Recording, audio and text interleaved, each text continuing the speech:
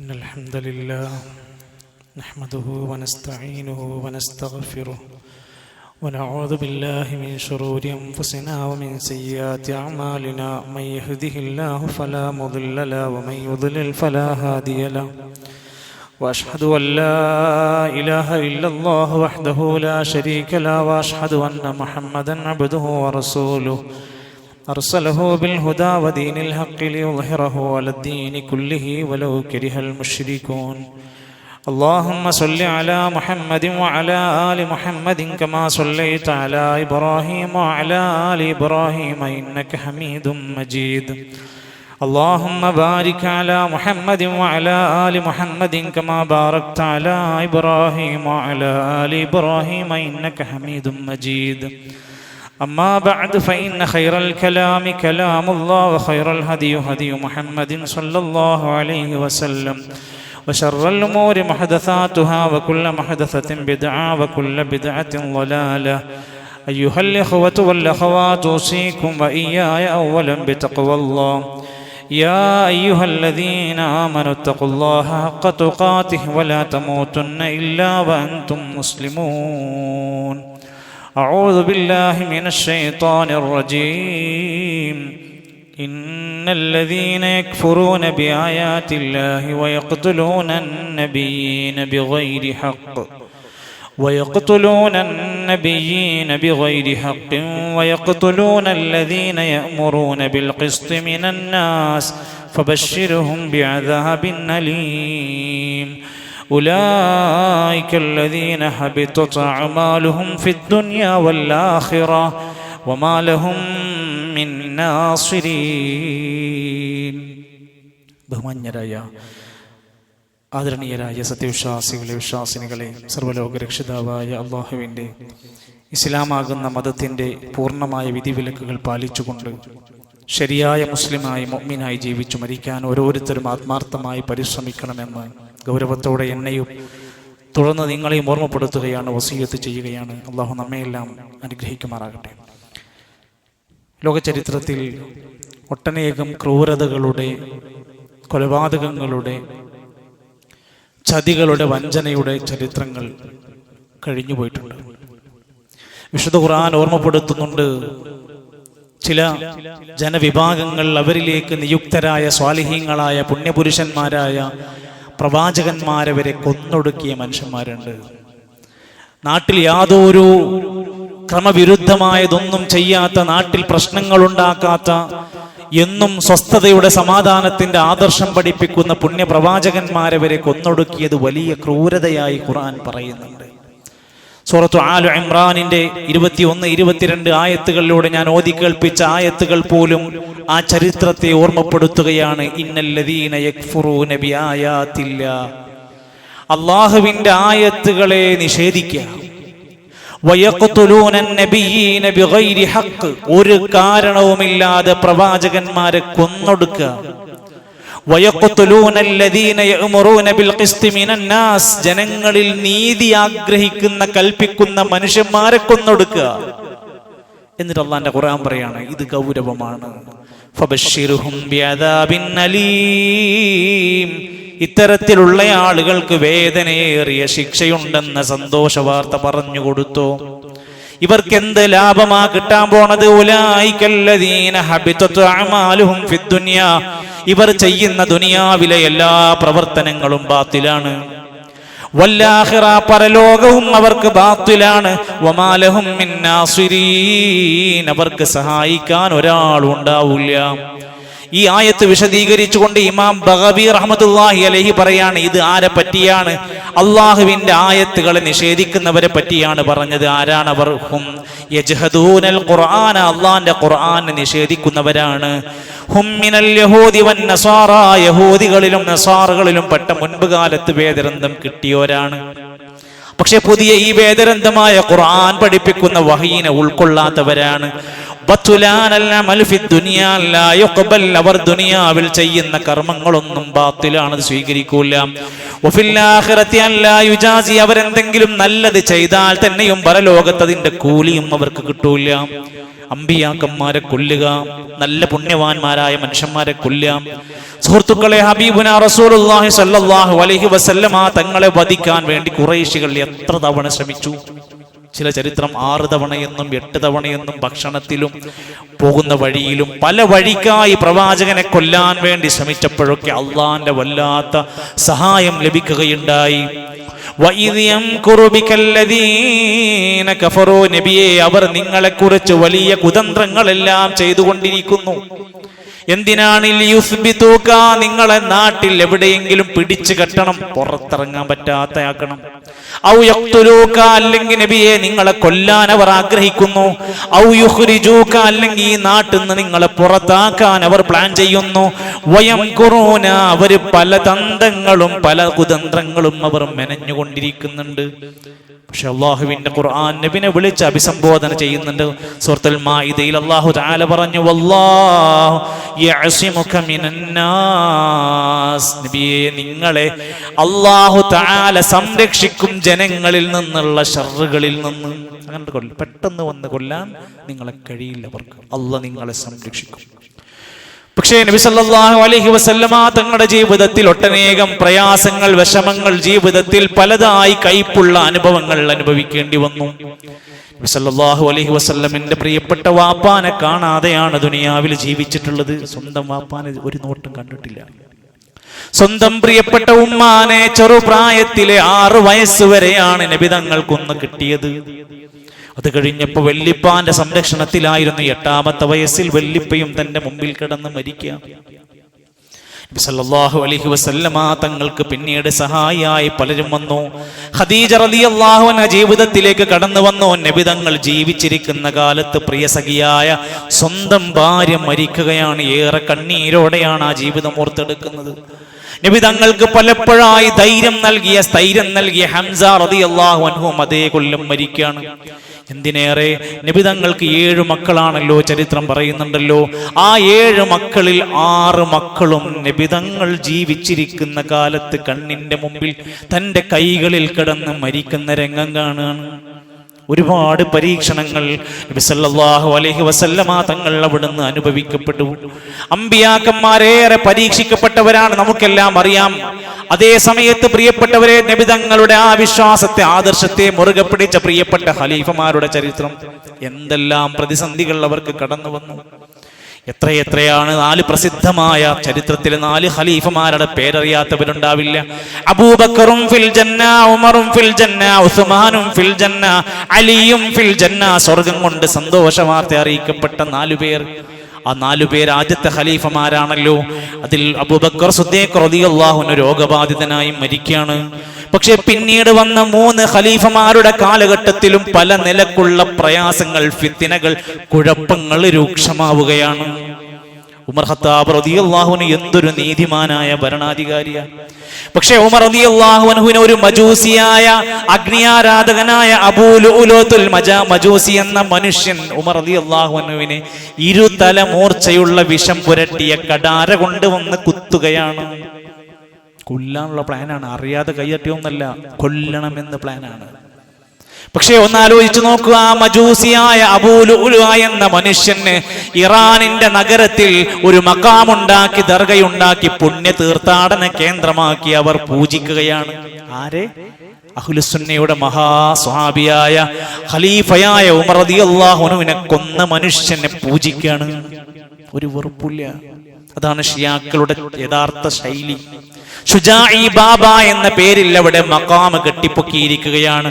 മഹാനായ ഉസ്മാൻ ഇബ്നു അഫ്ഫാൻ റളിയല്ലാഹു അൻഹു എന്ന പാവ സ്വഭാവമുള്ള സൗമ്യശീലനായ ഉസ്മാൻ റളിയല്ലാഹു അൻഹുവിന്റെ വീട്ടിലേക്ക് ഇരച്ചു കയറിയിട്ട് അബ്ദുല്ലാഹി ഇബ്നു സബ എന്ന യഹൂദി വേഷം മാറി വന്ന് ഇസ്ലാമായി അഭിനയിച്ച് ഒരുപാട് ആളുകളുടെ ഇടയിലേക്ക് ഫിത്നയുണ്ടാക്കിയിട്ട് കൊണ്ടുവന്ന് അദ്ദേഹത്തിന്റെ വീട്ടിലേക്ക് കയറിയിട്ട് ഖുർആൻ ഓതുന്ന സമയത്ത് കൈകൾ വെട്ടിമാറ്റാണ്, ശിരസ്സറുക്കുകയാണ്. സ്വഹാബത്ത് ഹജ്ജിന് പോയി തിരിച്ചു വരുമ്പോ കാണാൻ പറ്റാത്ത വിധത്തിൽ ശരീരത്തിന്റെ അവയവങ്ങൾ മുറിച്ചു മാറ്റിയിരിക്കുകയാണ്. എന്തിനാണ് ഒരു സഹാബിനെ അവർ കൊല്ലുന്നത്? എന്തായിരുന്നു പ്രശ്നം? അവസാനിച്ചില്ല. അലി ഇബ്നു അബീ ത്വാലിബ് റളിയല്ലാഹു അൻഹുവിന്റെ ചരിത്രം വായിച്ചിട്ടുണ്ടോ? കൊല്ലുകയാണ്. ആരാണ് കൊല്ലുന്നത്?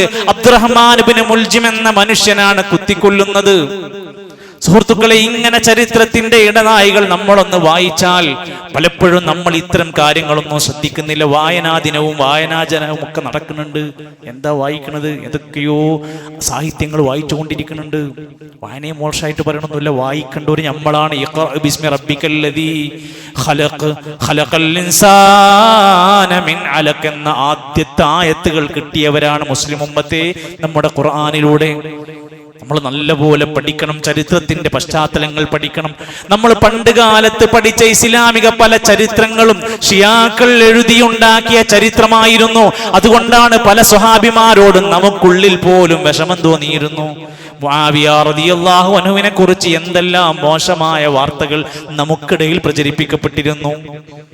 യസീദ് എന്ന ഭരണാധികാരിയെ കുറിച്ച് എന്തെല്ലാം തെറ്റിദ്ധാരണകൾ നമ്മുടെ പുസ്തകത്തിന്റെ ഉള്ളിലൂടെ അറിയാതെ വന്നു പോയിരുന്നു. എന്തേ?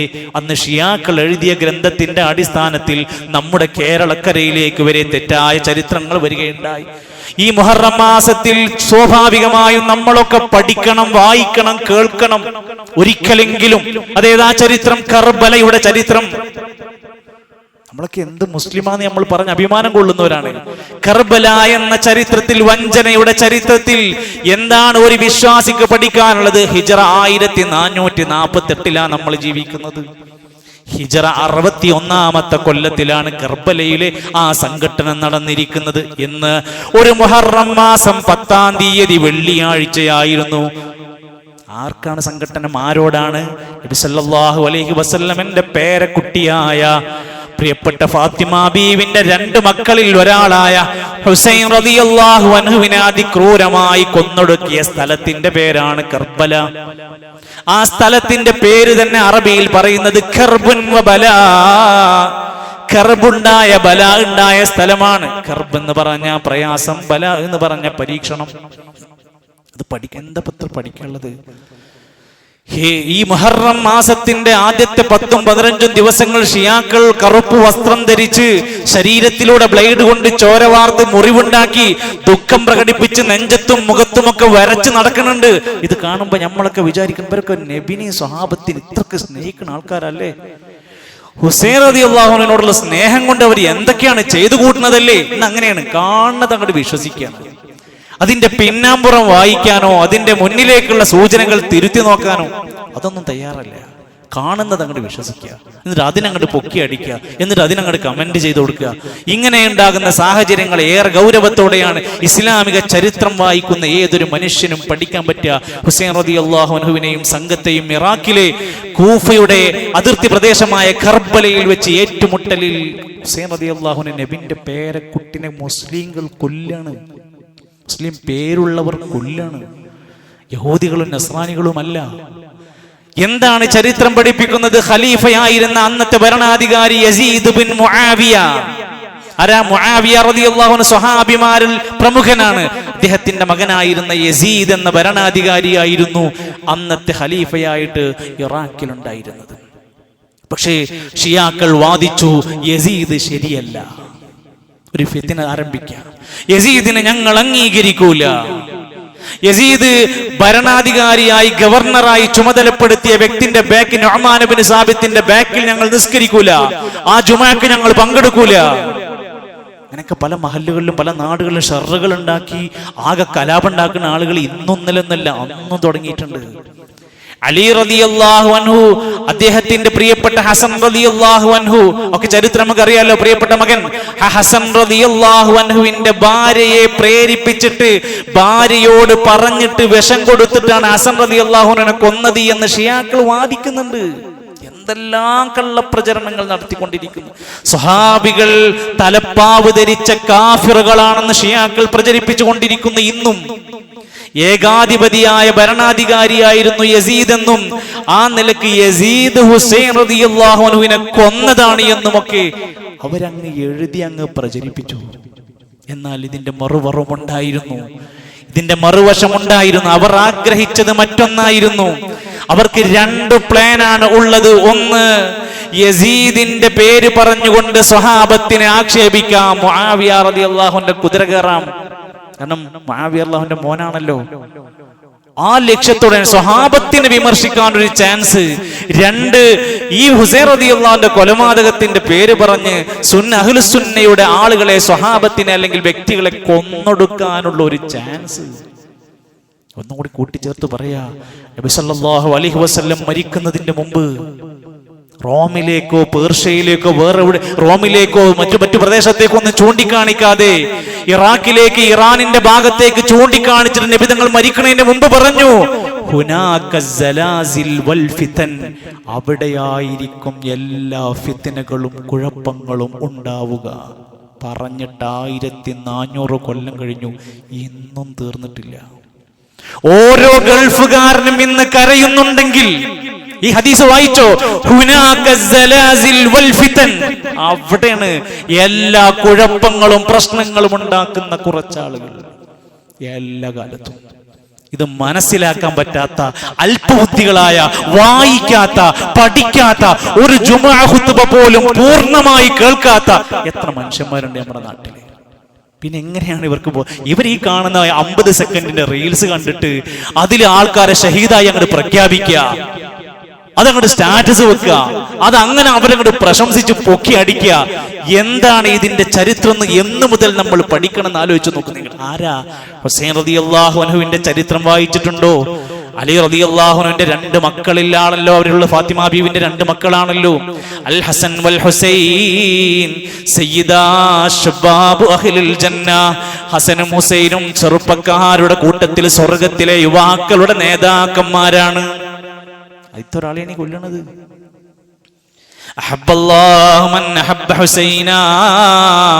സല്ലല്ലാഹു അലൈഹി വസല്ലം പറഞ്ഞു, ഹുസൈനിനെ ഇഷ്ടപ്പെടുന്നവരെയൊക്കെ അല്ലാഹ് ഇഷ്ടപ്പെടുന്നതാണ്. മൻ അഹബ്ബൽ ഹസന വൽ ഹുസൈൻ ഫഖദ് അഹബ്ബനി. ഹസനെയും ഹുസൈനെയും ഇഷ്ടപ്പെടുന്നവർ എന്നെ ഇഷ്ടപ്പെട്ടവരാണ്. വമൻ അബ്ഗദഹുമാ, അവരോടാർക്കെങ്കിലും വെറുപ്പുണ്ടായാൽ ഫഖദ് അബ്ഗദഹുമാ ഫഖദ് അബ്ഗദനി, അവർ എന്നെയും വെറുക്കുന്നവരായിരിക്കും. അവരെ തൊട്ടാൽ അത് എന്നെ തൊടാണ്. സുഹൃത്തുക്കളെ, പേർഷ്യ എന്ന് പറയുന്ന ഇറാനും ഇറാഖും മുസ്ലിമീങ്ങൾക്ക് ഒരുപാട് വേദനകൾ നൽകിയിട്ടുണ്ട്. യസീദിനെ ഞങ്ങൾ അംഗീകരിക്കൂല എന്ന് അവർ തീരുമാനിക്കുകയാണ്. എന്നിട്ട് അവിടുന്ന് അജ്ഞാതമായ ഊമക്കത്തുകൾ, ചരിത്രം പറയുന്നു 500 കത്തുകൾ ഹുസൈൻ റളിയല്ലാഹുവിന്റെ പേരിൽ എഴുതി അയക്കാണ്. ചിലർ പറയുന്നു 1000കണക്കിന് കത്തുകൾ, ഒരു ദിവസം തന്നെ 600ഓളം കത്തുകൾ. ചില ഗ്രന്ഥങ്ങൾ എഴുതിപ്പെടുന്നു 12,000-ലധികം കത്തുകൾ എഴുതാണ് ഹുസൈൻ റളിയല്ലാഹുവിനോട്, നിങ്ങൾ ഇവിടെ വരണം, പേർഷ്യ എന്ന, ഇറാൻ എന്ന, ഇറാഖ് എന്ന ആ പ്രദേശത്തേക്ക് നിങ്ങൾ വന്ന് നിങ്ങൾ ഇവിടെ ഏറ്റെടുക്കണം, ഇല്ലെങ്കിൽ ഇവിടെ പ്രശ്നങ്ങൾ ഉണ്ടാകുമെന്ന് പറഞ്ഞിട്ട് ഹുസൈൻ റളിയല്ലാഹുവിന് എത്തിയ കത്തുകൾ ഇങ്ങനെ തുരുതുരാ വരിക. സ്വാഭാവികമായും ആ നല്ല ഒരു മനുഷ്യന്റെ ചിന്ത, ഞാനൊന്ന് അവിടെ ചെന്ന്, അവിടെ ഖലീഫുണ്ട്, അവിടെ ഭരണാധികാരി ഉണ്ട്, എന്നിട്ട് ഞാൻ അവിടെ ചെന്നാൽ അവിടെ പ്രശ്നങ്ങൾ ഉണ്ടാവുക, എന്നാലും അവിടുത്തെ പ്രശ്നങ്ങൾ തീരുമല്ലോ എന്ന് കരുതിയിട്ട് ഹുസൈൻ റളിയല്ലാഹു അൻഹു അവിടുന്ന് പോകാൻ തുടങ്ങുക. ഒരു ഹജ്ജ് നടക്കുന്ന സമയ, സ്വഹാബത്ത് പലരും അവിടെയുണ്ട്. അതുകൊണ്ട് മദീനയിൽ നിന്ന് നേരെ ആദ്യം മക്കത്ത് ചെന്നു. അവിടെയുള്ള സഹാബിമാരോട് പലരോടും ചോദിച്ചു, ഇങ്ങനെ ഒരു പ്രശ്നമുണ്ട്, ഞാൻ എന്താണ് ചെയ്യേണ്ടത്? കൂടിയാലോചന. ഇബ്നു അബ്ബാസ് റളിയല്ലാഹു അൻഹു പറഞ്ഞു, കൂഫക്കാരെ സൂക്ഷിക്കണട്ടോ, നിങ്ങളുടെ ബാപ്പാക്ക് പാരപണിതവരാണവർ. ഇസ്ലാമിന് ഒരുപാട് വഞ്ചന ചെയ്ത ഒരു ടീം അവിടെ ഉണ്ട്. അവിടുന്ന് കേൾക്കുന്ന വാർത്ത കേട്ട്, കത്ത് കേട്ട് നിങ്ങൾ പുറപ്പെടണ്ട. ഇബ്നു അബ്ബാസ് റളിയല്ലാഹു അൻഹു ഉപദേശം കൊടുത്തു. ഒന്നുകൂടി ചേർത്ത് പറഞ്ഞു, നിങ്ങൾക്ക് പോയേ പറ്റൂ എന്ന് തോന്നുന്നുണ്ടെങ്കിൽ നിങ്ങളുടെ ഭാര്യമാരെയും കുട്ടികളെ നിങ്ങൾ കൊണ്ടുപോകണ്ട. ഉസ്മാൻ റളിയല്ലാഹുവിനെ കൊന്ന മാതിരി വീട്ടിലിട്ട് നടുക്കഷ്ണത്തിൽ ഭാര്യമാരെയും മക്കളെ മുമ്പിലിട്ട് കൊല്ലും. അത്ര വരെ പറഞ്ഞു കൊടുത്തു. ആര്? സീനിയറായ ഇബ്നു അബ്ബാസ് റളിയല്ലാഹു അൻഹു.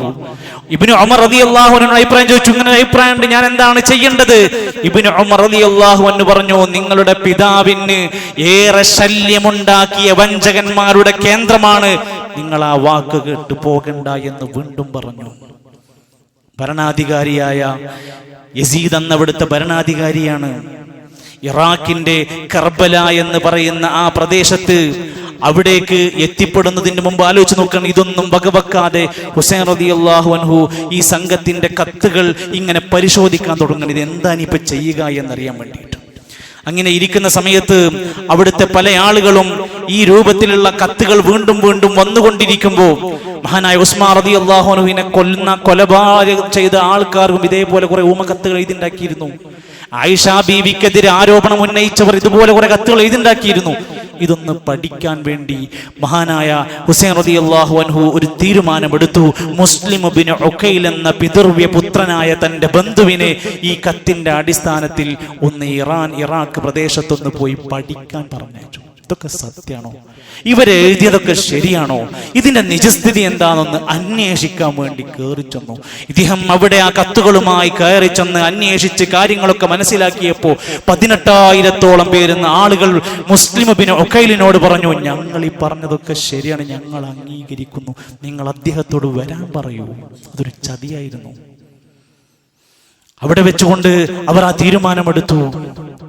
അദ്ദേഹത്തിന് തിരിച്ച് കത്തെഴുതി വിട്ടു, നിങ്ങൾ വരണം ഹുസൈൻ റളിയല്ലാഹു അൻഹുവിനോട് കത്തെഴുതി വിട്ടു, നിങ്ങൾ ഇവിടെ വരണം, ഇവിടുത്തെ പ്രശ്നത്തിൽ ഇടപെടണം എന്ന് പറഞ്ഞിട്ട് അവിടുന്ന് പുറപ്പെട്ടു. ഈ പുറപ്പെട്ടതിന്റെ ഇടയിൽ ഈ പറഞ്ഞ മുസ്ലിം ഇബ്നു ഉഖൈലിനെ അവർ അവിടെ വെച്ച് കൊന്നുകളഞ്ഞു. ആരെ? പിതൃവ്യപുത്രനായ മുസ്ലിം ഇബ്നു ഉഖൈലിനെ അവിടെ വെച്ച് കൊന്നുകളഞ്ഞു. ഈ വാർത്ത ഹുസൈൻ റളിയല്ലാഹു അറിയുന്നില്ല.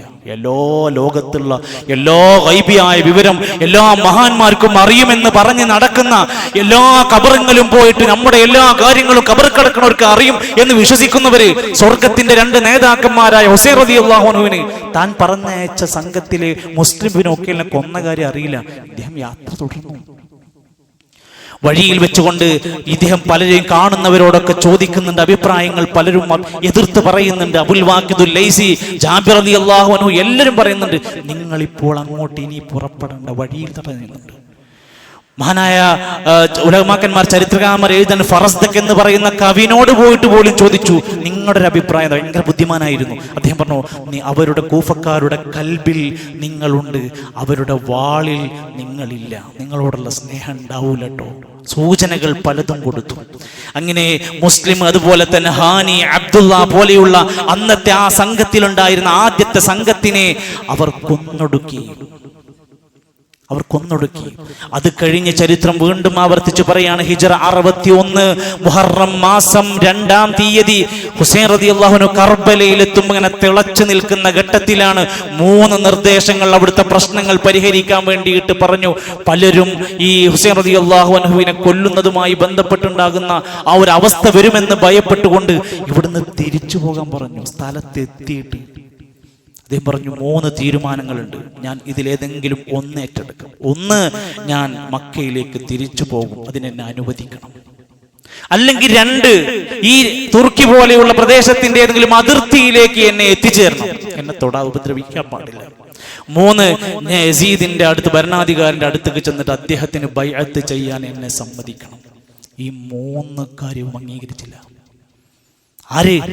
ശത്രുക്കളായിരുന്ന ഈ ഒരു വലിയ വേട്ട ചെയ്യാൻ കൂട്ടക്കുരുതിക്ക് ശ്രമിച്ചിരുന്ന അന്നത്തെ ആ സംഘങ്ങൾ, ഷീഈ ടച്ചുള്ള ആ മനുഷ്യന്മാർ, അവരുടെ നേതാവായിരുന്ന ശംർ ഇബ്നു ദിൽജൗഷൻ എന്നറിയപ്പെടുന്ന പേർഷ്യക്കാരനായിരുന്ന ഷീഈയായ മനുഷ്യൻ, നിങ്ങൾ ഞങ്ങളുടെ ആയുധങ്ങളുടെ മുമ്പിൽ കീഴടങ്ങണം എന്ന് പറഞ്ഞു.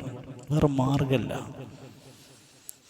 72 ആളുകളാണ് അന്ന് അദ്ദേഹത്തിന്റെ കൂടെ ഉണ്ടായിരുന്നത്. കൂഫക്കാര് 5000 ആളുകളുണ്ട്. ആ 72-ൽ നബി സല്ലല്ലാഹു അലൈഹി വസല്ലമയുടെ പേരമക്കളാകുന്ന പൗത്രന്മാര് പലരുമുണ്ട്. ആ 18 പേരെയും അവിടെ വെച്ച് കൊല്ലുന്നുണ്ട്. നബി തങ്ങളുടെ പ്രിയപ്പെട്ട പേരമക്കളെ അവിടെ വെച്ച് ശംർ ഇബ്നു ദിൽഷൻ അടക്കമുള്ള ആ നേതാക്കന്മാർ കൊന്നൊടുക്കുന്നുണ്ട്. ഹുസൈൻ റളിയല്ലാഹു അൻഹു തൊടുന്നില്ല. പല കാരണങ്ങളുണ്ട്. നബിതങ്ങളുടെ പേര് പറഞ്ഞുകൊണ്ട് ആ നബിതങ്ങളുടെ പേരക്കുട്ടിനെ അവർക്ക് തൊടാൻ അവർക്ക് കഴിയുന്നില്ല. പക്ഷേ ഒരു ദിവസത്തെ നീണ്ടു നിൽക്കുന്ന സംഘർഷങ്ങൾക്ക് ഒടുവിൽ അവർ ഹുസൈൻ റളിയല്ലാഹു അൻഹുവിന്റെ കഴുത്തിന് വെട്ടി. യസീദ് അല്ല വെട്ടിയത്, മുആവിയ റളിയല്ലാഹു അൻഹു അല്ല വെട്ടിയിരിക്കുന്നത്.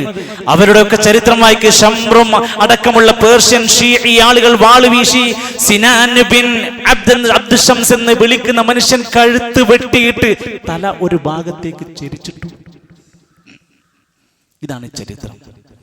ഉമർ, അലി, ഉസ്മാൻ റളിയല്ലാഹു അൻഹും അജ്മഈൻ, അവർക്കൊക്കെ ബാധിച്ചതുപോലെ ഹുസൈൻ റളിയല്ലാഹു അൻഹുവിനും ഷഹീദാകേണ്ടി വന്നു. സഹോദരങ്ങളെ, 18-ലധികം വരുന്ന നബി തങ്ങളുടെ കുടുംബക്കാരെ, അഹ്ലുബൈത്തുകാരെ കൊന്നു. ഇവരുടെ ഒന്നും പേരിൽ ദുഃഖാചരണമില്ല. ഇവരുടെ പേരിൽ ആരും കറുത്ത കൊടി പിടിച്ച് നടക്കുന്നില്ല. എന്തുകൊണ്ട് ഹുസൈൻ റളിയല്ലാഹുവിന്റെ പേരിൽ മാത്രം നടക്കുന്നു? ഹുസൈൻ റളിയല്ലാഹു വിവാഹം കഴിച്ചത് ഇറാനിൽ നിന്നായിരുന്നു, പേർഷ്യയിൽ നിന്നായിരുന്നു. ആ ഒരു കണക്ഷൻ വെച്ചുകൊണ്ടും ഒരു രാഷ്ട്രീയ അജണ്ട വെച്ചുകൊണ്ടുമായിരുന്നു ചരിത്രം പറയുന്നത് യസ്ദജുർദിന്റെ ഭരണാധികാരിയുടെ മകളെയായിരുന്നു ഹുസൈൻ റളിയല്ലാഹു വിവാഹം കഴിച്ചിരുന്നത്. അവർക്ക് അഹ്ലുബൈത്തിനോടുള്ള സ്നേഹമല്ല. സുഹൃത്തുക്കളെ, ആയിസത്തിന്റെ അടിസ്ഥാന വേരുകൾ നിങ്ങൾ പഠിക്കുക. ഈ നിലക്കുള്ള ചതിയും വഞ്ചനയുടെയും ചരിത്രം പഠിക്കാത്ത ആളുകളാണ് മുആവിയ റളിയല്ലാഹു അൻഹുവിനെ മോശമാക്കാൻ മുന്നിട്ടിറങ്ങുന്നത്. അവർക്ക് അഹ്ലുബൈത്തിനോട് അങ്ങേയറ്റത്തെ വെറുപ്പും ശത്രുതയുമാണെന്ന തിരിച്ചറിവുണ്ടാകണം. അവർക്ക് മഖാമുണ്ട്, ജാറമുണ്ട്, ആ സംസ്കാരം ഷിയാക്കൾക്കുണ്ട്. ഒരു മുസ്ലിമിന് അതുണ്ടാവില്ല. അവർക്ക് കുത്തറാത്തീബുണ്ട്, നമുക്ക് കുത്തറാത്തീബ് ഉണ്ടാവില്ല. ഷിയാക്കൾക്ക് അത് പലതുമുണ്ട്. ഷിയാക്കൾക്ക് മുഹറം മാസത്തിൽ ഈ കാരണം കൊണ്ട് അവർ നഹ്സും ശകുനവും പറഞ്ഞ് നടക്കുന്നുണ്ട്. നമുക്കതുണ്ടാകരുത്, നമുക്കതുണ്ടാകില്ല, ഉണ്ടാകാൻ പാടില്ല.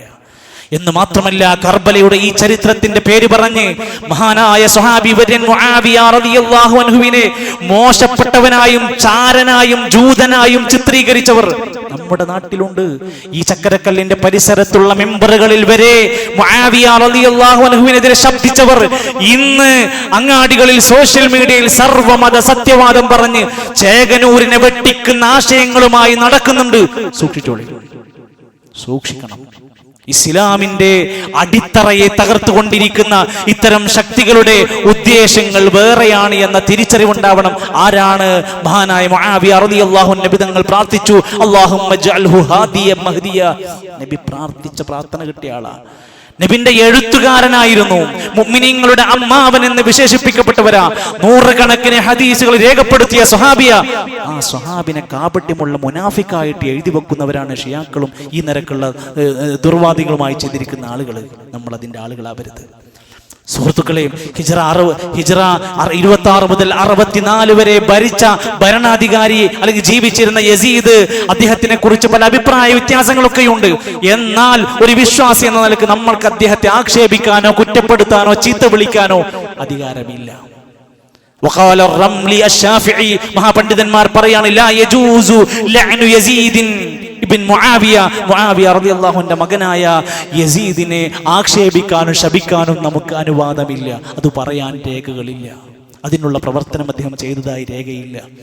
ഇങ്ങനെ നമ്മൾ മുമ്പ് എവിടുന്നോ എന്തോ കേട്ടതിന്റെ അടിസ്ഥാനത്തിൽ മദ്രസാ പുസ്തകങ്ങളിൽ വരെ തെറ്റിദ്ധരിപ്പിക്കപ്പെട്ട പല പരാമർശങ്ങൾ നമുക്കിടയിലൊക്കെ കടന്നു വരുമ്പോൾ ചരിത്രത്തെ വളച്ചൊടിക്കുന്നതിൽ നിന്ന് പഠിക്കാൻ, പാഠം ഉൾക്കൊള്ളാൻ ഈ അവസരം ശ്രമിക്കണമെന്നാണ് ഓർമ്മപ്പെടുത്താനുള്ളത്. അല്ലാഹു അനുഗ്രഹിക്കുമാറാകട്ടെ.